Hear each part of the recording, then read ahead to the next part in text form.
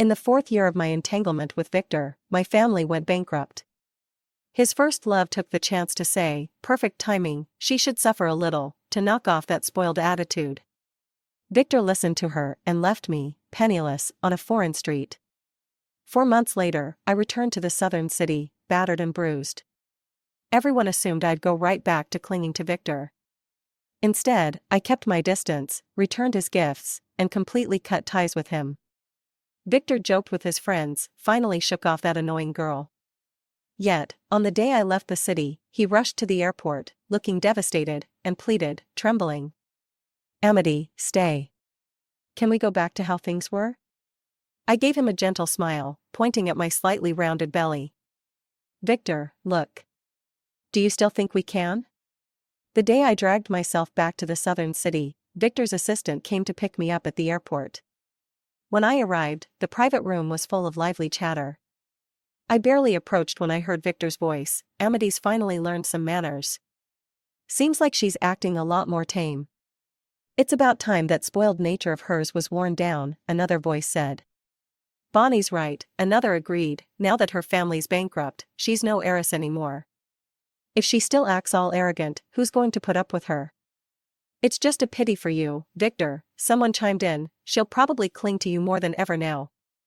Victor sneered, "You don't think I know? She's nothing but a nuisance." Just as he finished, he looked up and saw me stepping through the door. The room that had been filled with laughter suddenly went silent. I saw the shock, surprise, and disbelief in their eyes. 4 months ago, I'd been that dazzling, proud heiress. Now, I was haggard and emaciated, like a refugee barely escaping hell. Bonnie, usually so composed, looked at me with concern. "Amity, what happened to you?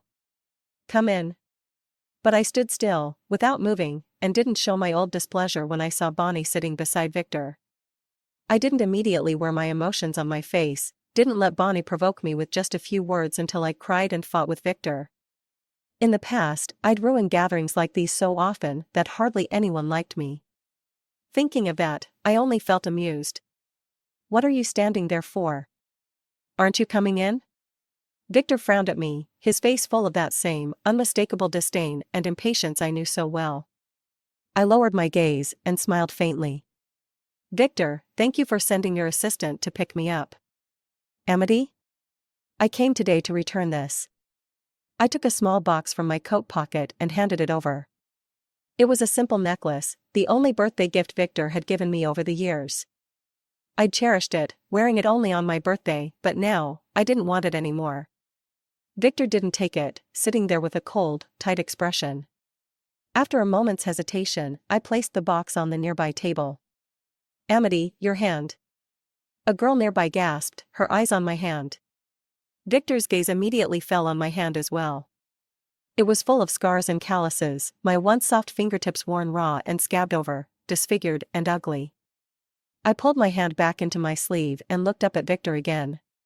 "Victor, I came today for one last thing." "What is it?" His voice was cold enough to make anyone's heart sink. "I must have really annoyed you over the years, following you around." I gave him an apologetic smile. "I was immature and willful, I'm sorry for that. From now on, I won't bother you again." I didn't linger any longer and turned to leave. As I was about to step out, Victor stopped me. "Amity. You'd better stick to your word and not come back begging for anything." I paused for a second but didn't turn around. "All right." The night my family went bankrupt, I was still abroad. My father, who loved me most, couldn't be saved. Shortly after, my mother liquidated everything and moved to stay with my uncle overseas, leaving me with just this tiny apartment. I didn't resent her for abandoning me, instead, I was grateful that she left me something to keep off the streets. The bed here was small, but compared to a foreign basement room with 8 people, it was a luxury. I slept the best I had in 4 months, until the doorbell woke me. When I saw Victor at the door, I was surprised for a moment, then quickly remembered he owned a property here too. I opened the door and, before he could speak, said, "Sorry, I'll move out soon. I'll put this place up for sale through an agent." "Amity, what do you mean by that?" I wasn't sure if it was my imagination, but Victor's face grew dark as soon as I said this. I'll move today and make sure you don't have to see me again. I grabbed my phone to call the agent. But before I could finish dialing, Victor snatched the phone from me and smashed it to the floor. Playing hard to get? You've been doing that for 4 years now. Haven't you had enough? Selling your place, moving out, then finding yourself stranded late at night with no choice but to call me for help. Then you'll end up moving back in with me, right? Amity, can't you grow up a little? Stop using these pathetic tricks. I stared at the shattered phone on the floor, feeling a pang of pain. After months of scraping by just to eat, that phone had been a gift from a shopkeeper who took pity on me, a second-hand device. I knelt to pick up the pieces when Victor threw his wallet at me. Get yourself a new one, I'll cover it, he said. Spare me the excuse to get closer. With that, he stormed out. I looked at the wallet on the floor, and, laughing through my tears, I eventually bought the cheapest phone I could find. He was right, best to leave no debts unpaid. I called his assistant to come retrieve Victor's wallet. Miss Amity, I'm so sorry, but I really can't leave right now. Could you bring it to the office? After a moment's thought, I agreed, all right, I'll bring it over shortly. When the assistant hung up, he glanced at Victor, who was standing by the window. Though he didn't quite understand why Victor had instructed him this way, he sensed that his boss might not hate Miss Amity as much as he thought. Did you get the medicine? Yes, sir, it's all here. The assistant quickly handed over the paper bag. Inside were treatments for cuts and scar removal, clearly meant for Amity. Victor nodded. All right, you can go. About 40 minutes later, the receptionist called the assistant's office. The assistant knocked and entered cautiously. Sir, Miss Amity sent a package. Before he could finish, everything on Victor's desk was suddenly swept to the floor. The assistant kept his head down, holding his breath, until after a while, Victor gave a bitter chuckle. Well. In just a few months, she certainly learned her lesson. After listing the apartment, I temporarily found a cheap hotel. Victor hadn't tried to contact me again. Instead, he paraded around with Bonnie like a new couple. Every so often, someone would call me. Amity, are you and Victor fighting? Is Bonnie going to marry Victor? I heard they went ring shopping yesterday. I ignored it all.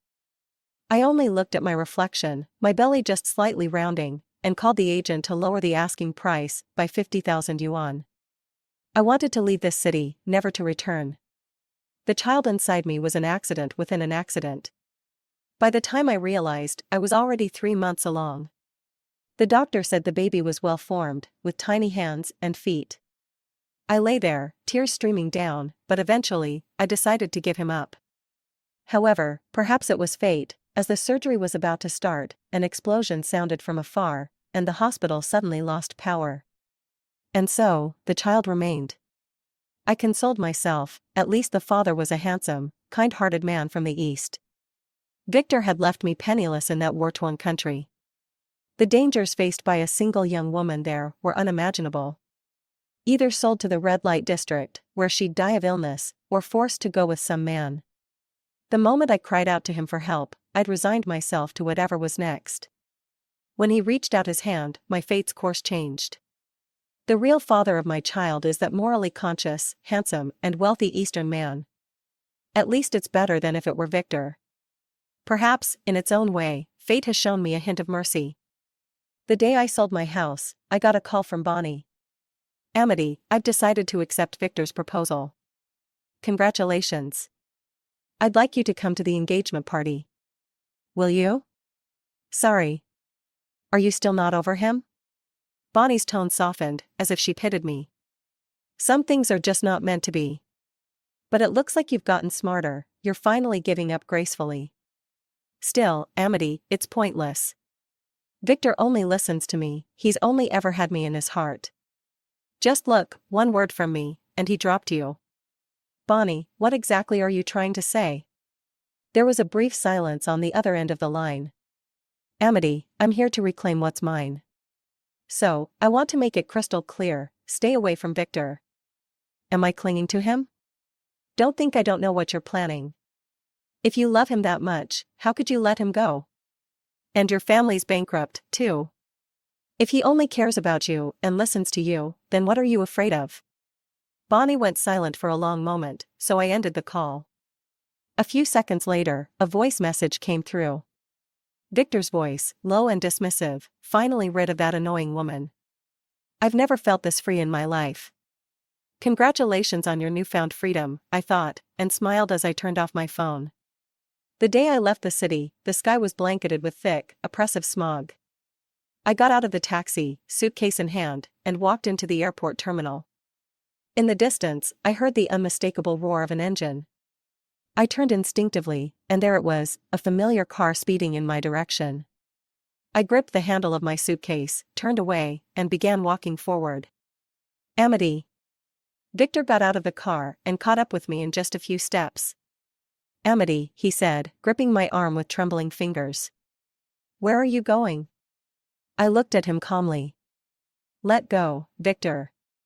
His eyes were bloodshot, and he looked completely shattered. Amity, stay. Let's go back to the way things were. Please? I released my suitcase handle, stepped back, and slowly unbuttoned my coat. The winter wind here is brutally cold, it cut through me in an instant. My figure was still slim, but my lower abdomen had a slight swell. Victor's gaze slid down, inch by inch, until it froze in place. I smiled at him. Victor, look. How could things go back to how they were? The gusting wind seemed to pause, as if held in place. Victor stood there, stunned. After a long time, his red-rimmed eyes lifted to meet mine. Amity, how did it come to this? I pulled my coat tighter and brushed the windswept hair from my face. You're asking me? I smiled, steady and calm. Isn't this exactly what you wanted? It's not like that, Amity. I may have left you there, but Bonnie told me she had family there. She promised they'd come to get you. She said you were spoiled, naive about the world. With that attitude, how could you ever be a good wife? I was so frustrated with you at the time, I just snapped and agreed. But I never wanted to hurt you. I just wanted to make you struggle a bit, so you'd stop chasing me. Amity, did Bonnie's relative not come for you? The smile on my face slowly faded in the cold wind. Oh, he came. Victor let out a relieved sigh. I knew it, Bonnie always handles things with such grace and care. But do you know what her relative does for a living? Victor's face went blank. Amity? Illegal trafficking, smuggling, every kind of crime. I watched Victor as he stared back at me, stunned, his expression almost comical in its shock. I nearly died trying to escape from him. I lost everything, my ID, my phone, my wallet. I had to fight homeless people for food, slept under bridges at night, and was almost assaulted more than once. In the end, someone marked me to be sold to a brothel. My tears had dried up in those 4 months. But perhaps because of the freezing wind, my eyes stung unbearably. The only person who reached out to help me was him. The father of my child. Enough. Amity, stop. Victor's face contorted in pain. He stepped forward, grabbed my wrist. I'm taking you to the hospital. Amity, this child can't stay. And why not? He avoided my gaze, his voice thick and hoarse. If you get rid of the baby, we can pretend none of this ever happened. Amity, I'll treat you well. Your mother's overseas now, and you have no other family here. If you stay with me, I'll take care of you. Victor. I wrenched my wrist from his grasp. Amity, don't be foolish. No one else knows about the pregnancy. I'll arrange for a private hospital. It'll be confidential, and your reputation won't be affected at all. And then? I pressed. Will you marry me? Victor hesitated, momentarily taken aback. His gaze dropped, his mouth tense, struggling as if wrestling with a decision. Amity, given your family's current situation, my parents would never approve. But don't worry, I'll always be there for you. I'll take care of you forever. Victor. I called his name softly, and as he looked up at me, I gave him a gentle smile. Do you know what I'm most thankful for now? For what? For not having ever been with you. For the fact that the baby I'm carrying isn't yours. Amity. Victor's eyes betrayed his panic. I took 2 steps back. Don't come looking for me again. Don't make me regret ever loving someone like you.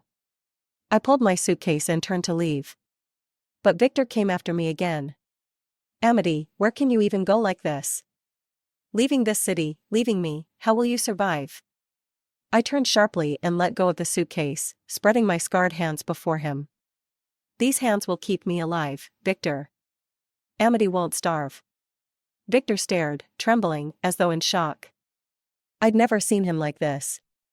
He'd always been a carefree, untamed spirit. Wherever he went, he was proud and defiant, no matter the circumstances.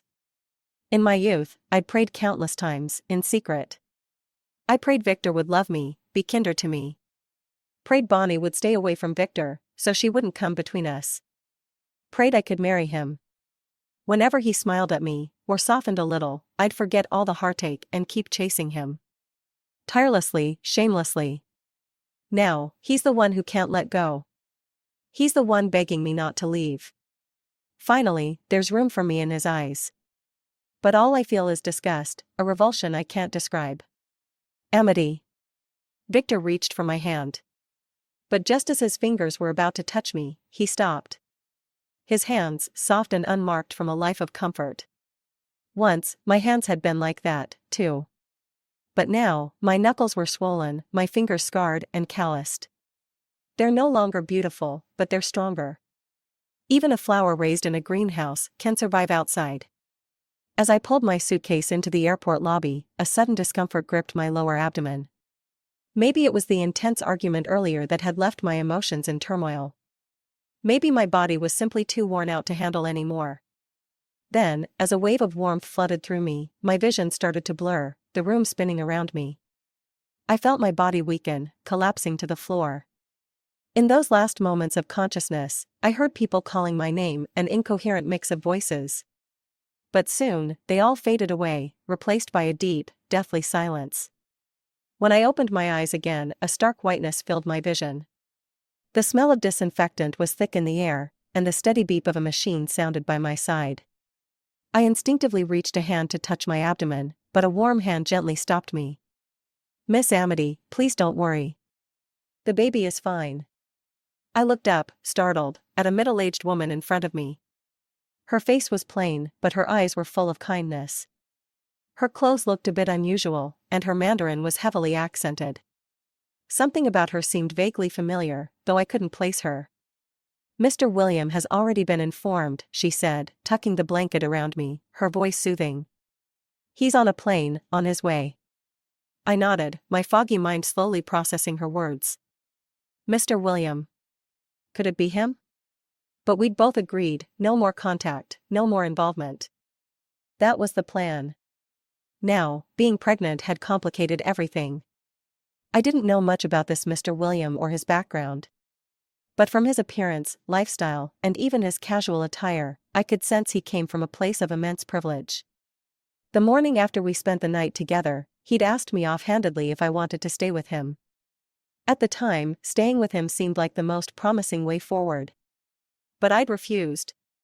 I didn't want to be seen as a leech.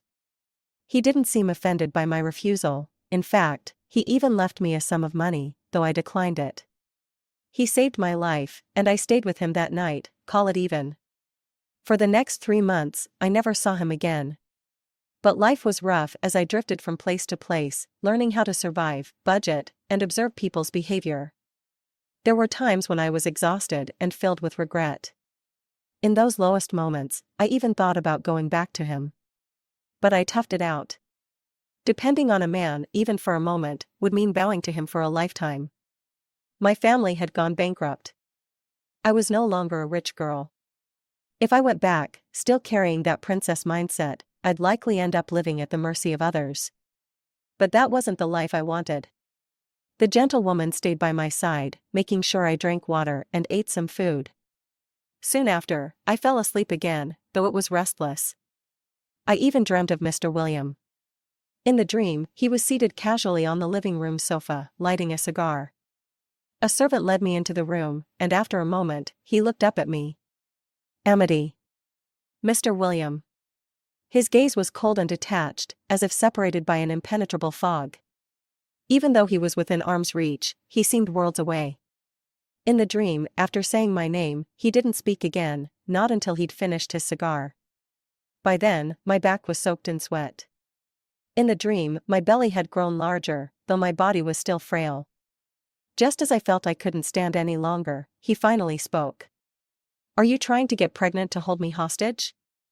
"Mr. William, no. You gave me the pills, I took them all. You can check the surveillance if you don't believe me."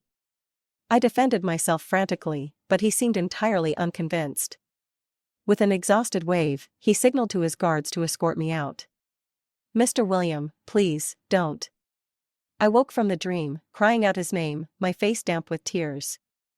As I groggily opened my eyes, still murmuring, "Mr. William." "Having a nightmare?" "You were crying like a child." My blurry vision cleared just enough to see a man's handsome face above me, East Asian features, but with amber-colored eyes. His Mandarin was a bit off, but his voice was low and soothing. He was dressed in a black, handcrafted suit with peak lapels, sitting right by my bedside, gently wiping the tears from my face with a handkerchief. It was such a strange, surreal sight, but oddly comforting at the same time. I stared at him, momentarily forgetting to cry. "Mr. William?" "Yes, it's me." Setting the damp handkerchief aside, he replied softly. I snapped out of my daze and hurried to sit up, but he pressed me back down. "Stay lying down." Ignoring his gesture, I started explaining, "Mr. William, I took all the pills you left. You can ask the housekeeper, or check the surveillance if you like. I have no idea why I got pregnant. The moment I found out, I went straight to the hospital. But then there was an explosion, and the power went out. The surgery couldn't be completed. With a man like William, it was best to speak only the truth.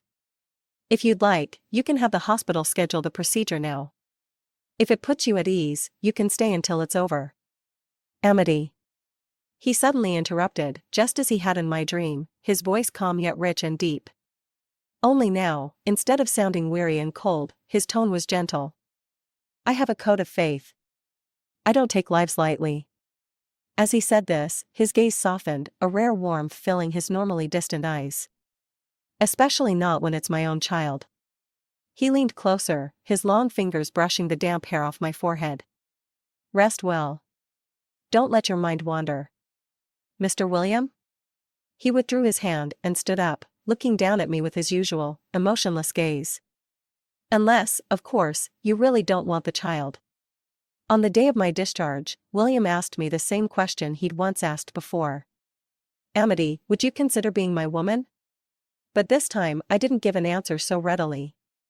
Dressed in a sleek black coat, with bodyguards and assistants trailing behind him, he looked the epitome of calm and composure, every word and gesture controlled. But his mere presence exuded a subtle authority that made people uneasy. I was no longer that naive Amity who couldn't see the big picture. Following him would mean a life of comfort and luxury, free from worry. But it would also mean becoming like a caged bird, a puppet on strings. And yet, as he looked at me with those gentle eyes, I felt a foolish glimmer of hope. As if, just maybe, he truly meant those words. I struggled for a long moment before I could finally say, "Thank you, Mr. William. But I'm really sorry. I can't go with you." As soon as the words left my mouth, an uneasy stillness settled around us. The men standing behind him held their breath, their eyes downcast, afraid to make a sound. I grew nervous, my palms damp with sweat. "Very well." William's voice broke the silence, his expression unchanging, calm as ever. "Take care of yourself." I quickly shook my head. "Please don't worry about me." William nodded slightly. "Is the money enough?" "Yes, it's enough. If you ever need help, remember to reach out." "I will." "Amity, I mean that." I nodded quickly. "I know, Mr. William. I won't do anything foolish." "Good." He glanced at me one last time before turning and getting into his car. I watched until the car disappeared from sight. Then, placing a hand on my belly, I let out a long, steadying breath. The car had been driving away from the hospital for a while. William, who had remained silent until now, suddenly spoke up. Bart, do I look that frightening? Mr. William, no one could be gentler than you. Why would you even ask that? She seemed so afraid of me. Bart hesitated, trying to explain. Miss Amity just doesn't know you well yet. After all, you two haven't spent much time together. But William didn't seem to hear Bart's response. He gazed out the window, slowly twisting the ring on his finger. Almost as if talking to himself, he murmured, even with a child, she still doesn't want to be with me. Bart fell silent, unsure how to respond. When Miss Amity had desperately called for help that day, Bart thought William was just moved by a passing moment of compassion. Even when William brought her back to his home, Bart hadn't thought much of it. Mr. William had lived alone for so many years. Even his grandmother was on the brink of desperation about it.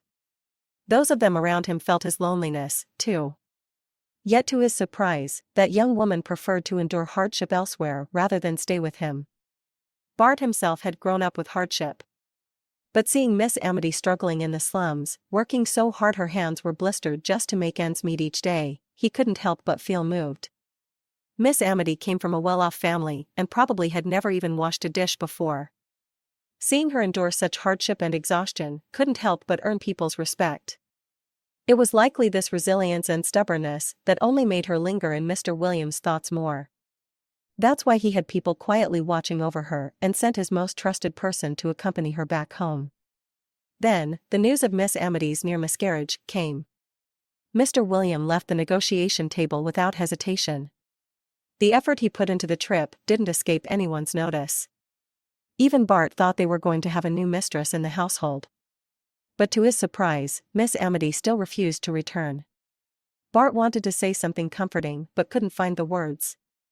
Just looking at Mr. William in silence was enough to make Bart feel a pang of sadness. Sir, if you want, I can just bring Miss Amity back by force. William glanced at Bart. No one is to touch her.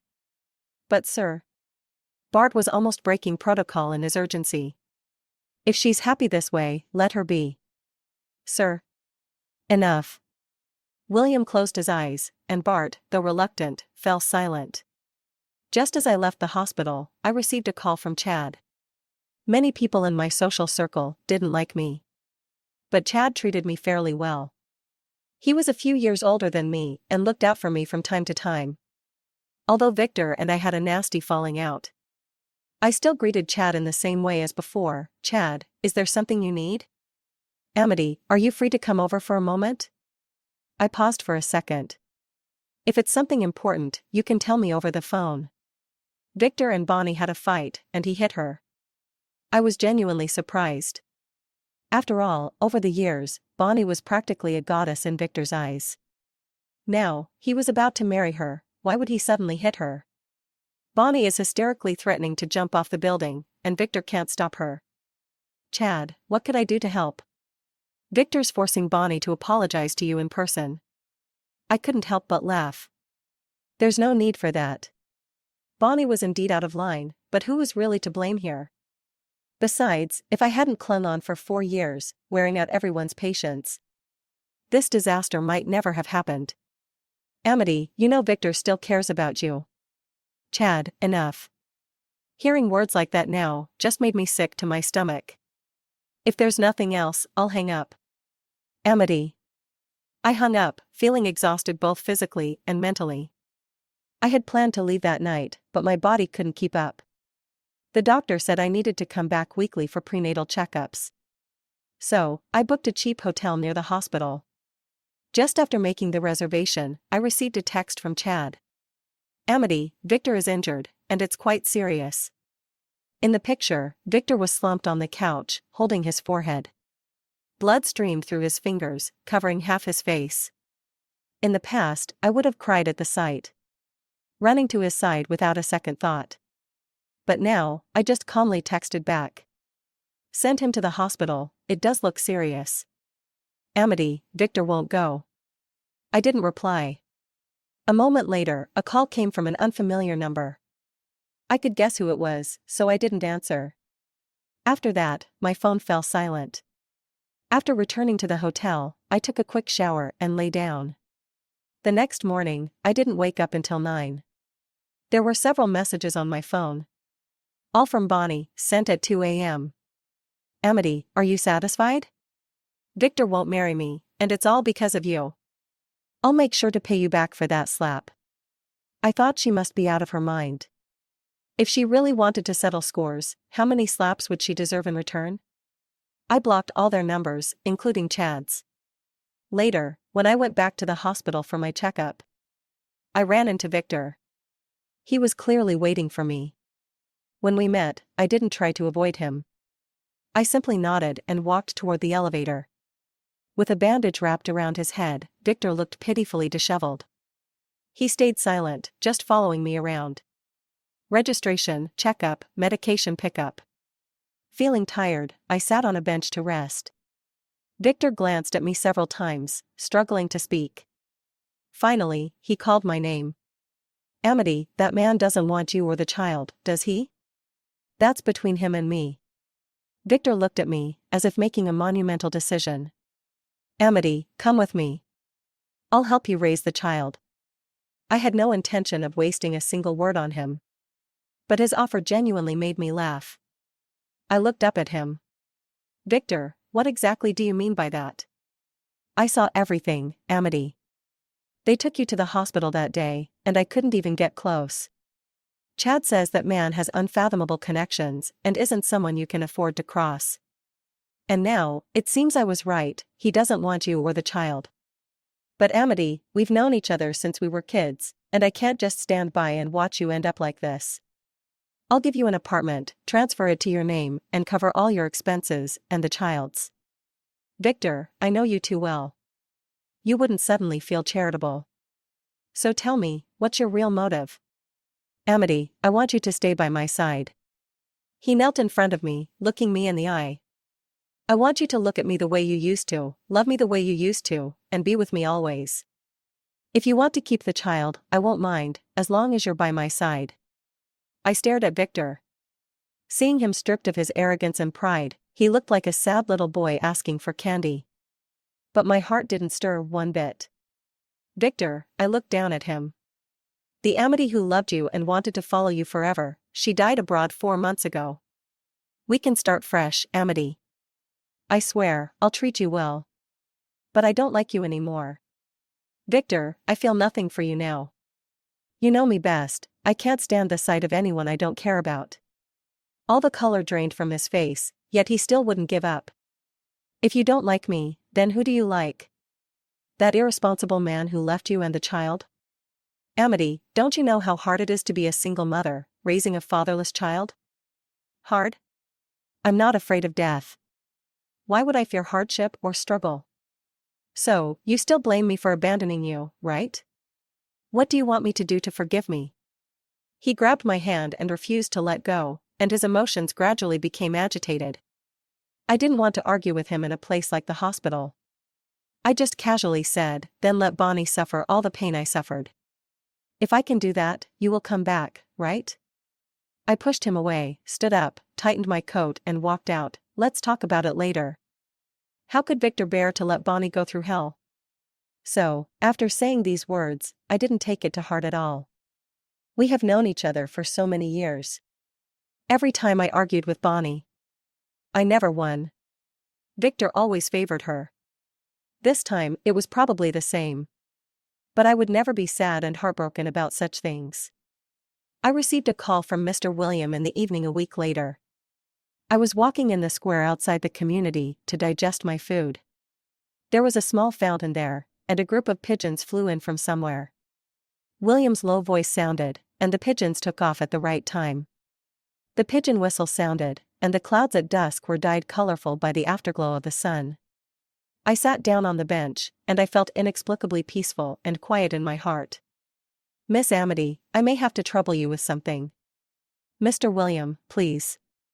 I will go out next month, and there is something I need to deal with personally. William still spoke in that unhurried tone. If I can come back safely, I will not disturb your life and the child as promised. But if I can't come back, the child in your belly is my only heir in the world. So Miss Amity, are you willing to stay in my family with your child? I just felt like someone was holding my heart tightly. At the moment when I was almost unable to breathe, I suddenly asked, "Mr. William, is there something dangerous?" "Don't be afraid, it's just some personal grudges, it won't involve you and the child. Also, I'm just asking for your opinion. If you don't want to, Amity, I won't force you." "Mr. William, I have to go to the hospital for another checkup tomorrow." There was silence for 2 short seconds on the other end of the phone. "Okay. Sorry to bother you. So, Mr. William, I may have to wait until the day after tomorrow to leave. Can you ask your people to pick me up the day after tomorrow?" I heard the intermittent sound of the signal in my ears. In that sound, William's breathing seemed no longer as steady as before. I stroked my slightly bulging belly, but the corners of my lips curled up for some reason. 10 o'clock the day after tomorrow morning, okay? Sure. Then it's settled, Amity. Okay, Mr. William, then it's settled. When the call ended, it was 2 o'clock in the morning on his side. The cold wind blew over with a strong smell of blood. It also pulled him back to reality from that rare and precious warmth. William put away his phone. The gentle emotion on his face during the call just now had long disappeared. He walked down the stairs slowly, not hurriedly. He walked to the man who was kneeling there and shaking like a sieve. The man's sight first saw a pair of shiny leather shoes. But the expensive leather shoes were splashed with blood. He was so scared that his legs trembled, and he bent his body even lower, knocked his head on the ground, and begged for mercy. "Mr. William, sir, please forgive me this time, I won't dare to do it again." His jaw was suddenly lifted by the tip of the shoe. The man's face was pale, and he raised his eyes tremblingly. Under the cold moon, William's eyes were even colder than the moonlight. I said, "People who follow me are not allowed to touch things that they shouldn't touch." "Mr. William. Not only did you touch it, your people also injured 3 policemen." "Mr. William, please. I won't dare to do it again, I swear, I will cut off one arm to swear to you." Too late. "Bart, send him to the police station." "Mr. William." The man was shocked. His crime would only lead to his death if he was sent to the police station. "Think about your wife and children." The man was quiet in an instant. William walked out of the yard, and the people around him handed him a warm towel. He wiped his hands carefully, and when he bent down to get into the car, he still spoke in a calm tone. "Clean up this place, she will come the day after tomorrow, don't scare her." William's mansion covers a huge area. The garden has a variety of styles, and the scenery is different in each season. It is winter now, but the garden is still full of flowers. The white buildings are scattered in an orderly manner. He took me to the main house, located in building number 1. The master bedroom suite that occupies the entire second floor is still decorated the same as that night. My face turned slightly red the moment I pushed the door open. William took my suitcase and asked the servant to go out. "You take a rest, then go wash up, I will clean up." "Mr. William, I can do it myself." "You are pregnant, it is already very hard." William held my hand and pulled me to sit on the sofa. I watched him open the suitcase and began to put the luggage away. Outerwear and some supplies are still easy. But when he started to organize my underwear, I couldn't sit still. "Mr. William." I stood up, and my body was extremely flexible for the first time after pregnancy. I snatched my underwear from his big hand. Maybe because my face was too red, William didn't force it. I quickly organized my underwear. I didn't even notice that William's underwear was in that drawer. When I went to the bathroom to wash up. Of course I didn't know. William stood in the huge cloakroom for a long time. Then, looking at the colorful colors in the closet except black, white, and gray. His eyes were filled with smiles little by little. I know very little about William. But in my opinion, he should be a decent person with a very good family background. And a decent person with a big business. So at first, I didn't think that what he said on the phone was serious. Until I heard it from Bart by accident. This time, he was going to a country with the most drug dealers. He was going to deal with the most vicious people. Those people did something that should never be done without Mr. William's knowledge. Now Mr. William has to deal with the aftermath and withdraw cleanly. I don't know how troublesome and dangerous it is. But Miss Amity, you are really our Mr. S lucky star. You are pregnant with our Mr. S child, which is a great thing. If anything unexpected happens, at least our Mr. William still has an heir left in the world." Bart began to wipe his tears as he spoke. I felt bad watching him cry, and I started to cry unconsciously. William happened to come back, and when he saw Bart making me cry, he got angry. "Don't scold him." I pulled William's sleeve and looked at him with red eyes. "Mr. William, please stay with me and the child tonight."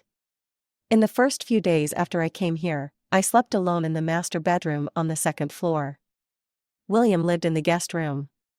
Speaking of which, we only met briefly a few times. Although we had sex and had a child. But to be honest, we were not familiar with each other at all. So, when William, wearing his nightgown, held me in his arms, my limbs were still a little stiff. But he just brushed my hair off my forehead and kissed me between my eyebrows, and then he didn't do anything uncomfortable. In the dark, I held his hand and placed it on my belly. "Mr. William, please touch the baby." His breathing became lighter at that moment. It took a while before he returned to his previous rhythm. His palms were dry and warm, gently caressing my bulging belly, and I gradually felt sleepy. Amity. When I was about to fall asleep, William suddenly kissed the corner of my lips. "I'm sorry, Amity." I was too sleepy at the time and didn't ask him why he said that. And later, until he left, I forgot to ask the reason. It was not until a long time later, when our child was about to go to elementary school. He told me the truth after getting drunk. There are not so many accidents and coincidences in this world. It's just that a caring person paved all the way for the person he likes step by step. William stayed in the master bedroom the night before he left. At that time, I was almost 5 months pregnant. Maybe it was because I was relaxed and took care of myself in my daily life. My body, which had been seriously damaged, has recovered most of it. I have gained weight on my body and face, and I look like a pregnant woman.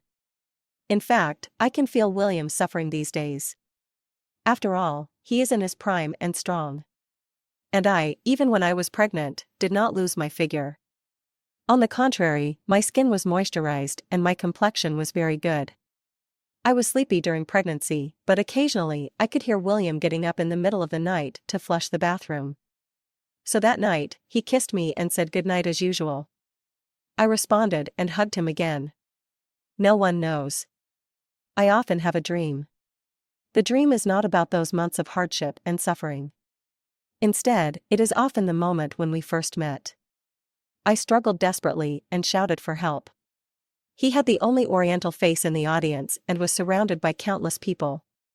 In fact, I didn't hold out hope, and the straw that saved my life often couldn't really save my life. But he stopped and turned around to look at me in a state of embarrassment. Then, he said something to the person beside him. Soon, those who were holding me were scared and let go.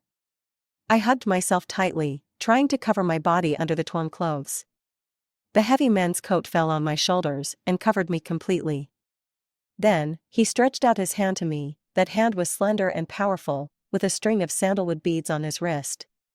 At that moment, I thought I had met a soft-hearted god. "Amity, don't tease me." William grabbed my hand. "Why not?" William smiled helplessly and kissed my fingertips. "You ask even though you know the answer.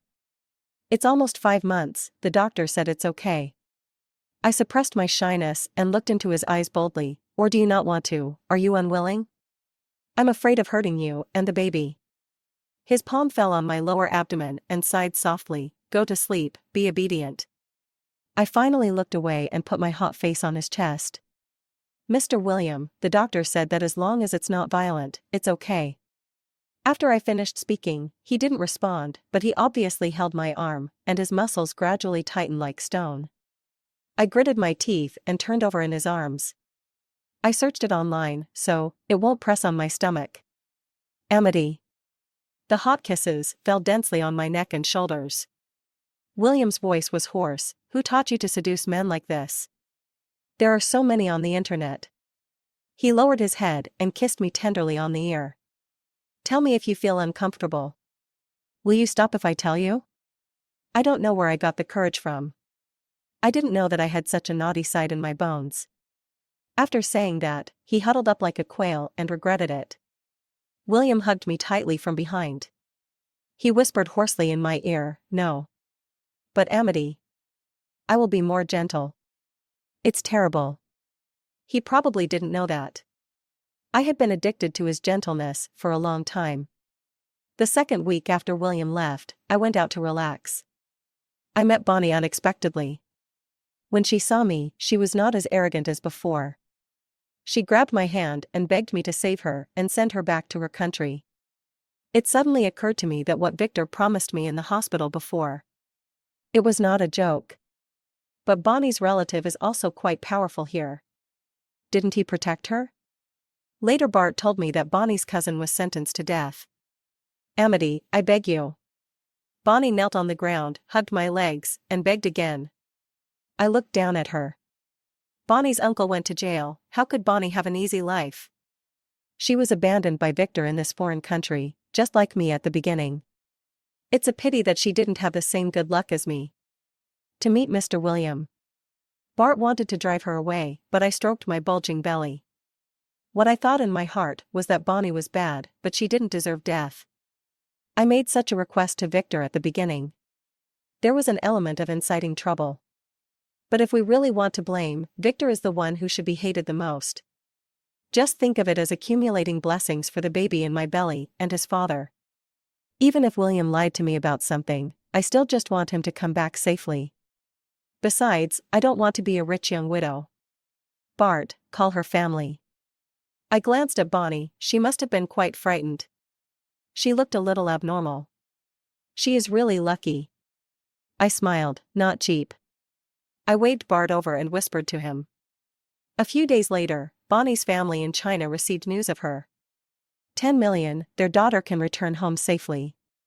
At the same time, Bonnie's parents also knew that it was Victor who left Bonnie abroad. Bonnie's parents and Victor had a big fight, and Victor was overwhelmed and unable to deal with it. After Bonnie went back, Bonnie's parents used this as an excuse to force Victor to marry her. It is said that the two had a very unhappy quarrel since the wedding, and Victor hit Bonnie again. Bonnie's parents naturally did not give up, and the two sides fought.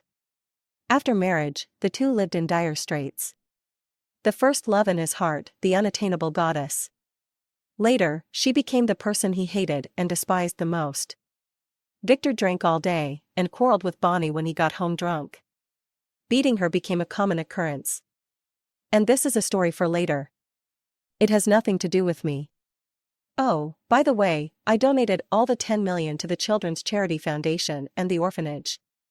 When William left, he said that he would come back before I gave birth. However, there was still no news from him until a week before the birth.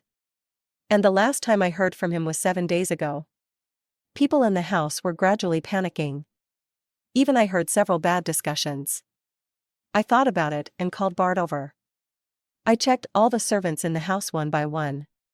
Those who were restless and had extramarital affairs were sent away. Then the door was closed tightly, and no one went out or came in. On the third day before the birth, there was still no news from William. Bart could no longer sit still and insisted on going to Mexico. I was also on the verge of collapse. I was about to give birth, but I was getting thinner day by day. Bart, go ahead. No matter what, whether you live or die, you have to give me a definite answer. But William forced Bart to stay.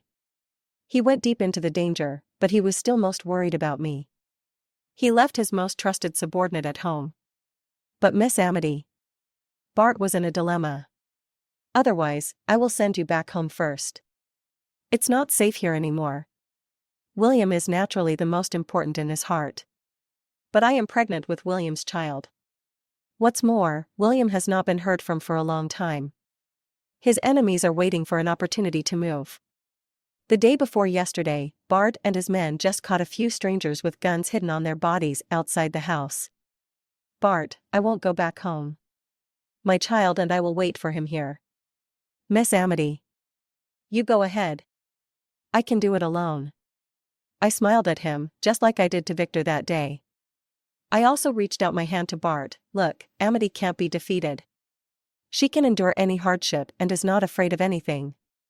Bart looked at my hand that had not recovered after a long time. Tears rolled down his cheeks. I won't leave. I will listen to you. I will protect you and your children. I wanted to persuade him to leave and go find William. Maybe he is the only one who is lacking now. William can be saved. But before I could open my mouth, I suddenly felt a pain in my abdomen. The severe contraction made me unable to say a word. When I was about to faint from the pain, there was only one last thought in my mind. I couldn't wait until William came back, and I couldn't wait until he accompanied me to give birth. When he left, he asked me if I was afraid. I said I was not afraid of anything. But in fact, I was really afraid of pain, afraid of suffering, afraid of being beaten and scolded, and afraid of being hungry and cold. I was also afraid of the knife when giving birth. So, William, it would be great if you were here. How great would it be if you were here? Bart and the servants took me to the hospital. I was just pushed into the delivery room, and the nurse had no time to close the door. A strong hand suddenly pushed the door open. Amity. I was lying on the delivery bed in a coma. I could vaguely hear William's voice. I tried to open my eyes to confirm that he was back. But I didn't have any strength. But my hand was tightly held by a warm and generous big hand. I was very familiar with the temperature and strength. I felt relieved instantly. Amity. William lowered his head and kissed me gently. I'm back, Amity. The delivery process was relatively smooth. The doctor said that my physical indicators were very good and completely met the indicators for natural birth. And if it was a natural birth, the pain would stop soon after delivery. No longer need to endure the pain and torture of a few days after a cesarean section. But William was obviously scared. Although he was asked to leave in the middle of the delivery because he was too nervous and affected the doctor's work. And when I cried in the delivery room, William stood outside the door and shed tears. Bart was shocked when he saw it. William sternly ordered him not to tell anyone. But Bart told me secretly as soon as I left the delivery room. I couldn't help laughing when I thought about that scene, but I cried again while laughing. No matter how hard it is, I am willing to endure hardships.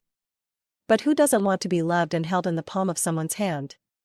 Not long after I gave birth, William made an appointment for surgery. The old lady of the family was still a little reluctant. But the old lady had old ideas, and looking at the great-grandson in her arms, she was satisfied again, and didn't persuade her anymore. William came back this time with injuries on his body. He lost contact during that period because of his serious injuries. I didn't say anything. After I recovered completely, I asked William to accompany me to the church. I just hope that God can bless him for my sincerity. William suddenly said to me, Amity, you don't know how many sins I have committed. He deliberately replaced the contraceptive pills, and the hospital power outage was his instruction. Later, he coaxed her to come to him when she was pregnant. He was not afraid of God's punishment for him, he was just afraid that she would be afraid of him and alienate him. He was just afraid that his greed for her would not be forgiven. He finally imitated me and stood beside me. I closed my eyes and prayed devoutly. William frequently looked at me sideways. Long time ago, we didn't know. At that time, that turn around and look, it was destined for this life. And,